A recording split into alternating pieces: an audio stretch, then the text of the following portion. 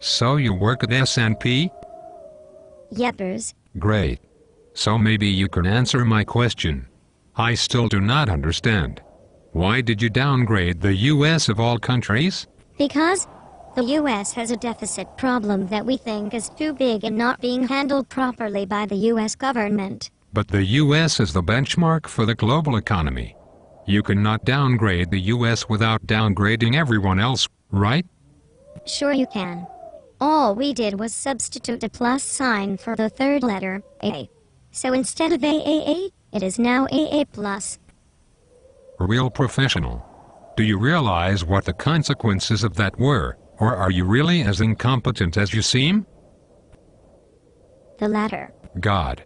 You know, according to you, investing in countries like Singapore or Austria are safer investments than the US? And only a full-fledged moron would actually agree with you. So in a flight to quality during uncertain times, like the present, you would rather park your hard-earned money in Singapore? Yes. You hesitated. Well, I may lose my job if I do not say yes. Pathetic. Up until 2007 you easily stamped AAA ratings on CDOs that consisted of barely prime and subprime mortgages. Why should we listen to what you think? Clearly the market doesn't. Actually, investors have bought more US bonds at even higher prices after your downgrade. Does that make sense? The market doesn't give a shit what you think. And you know what? Neither do I. Ouch. I hope that hurt. Because believe me, it doesn't hurt as much as everyone's bank accounts do. Tell me now, why should we believe a word that your crap ratings agency says? Because we are the Standard & Poor's, and have over 100 years of history. And the SEC recognizes us as a credit rating agency. The SEC?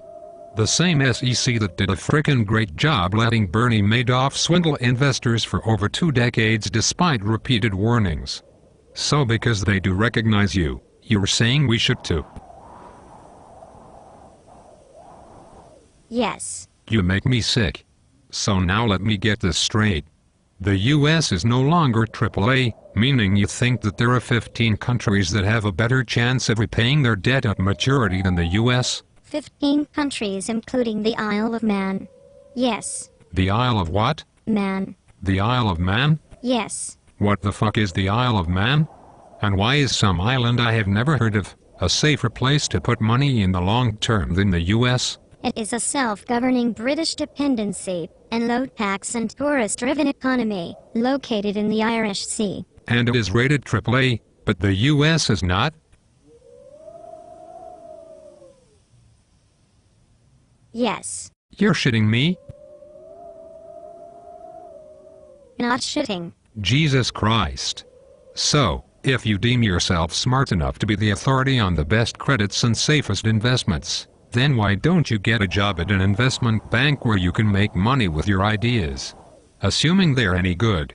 Which I suppose is an absurd assumption. I tried to get a job at banks and research firms.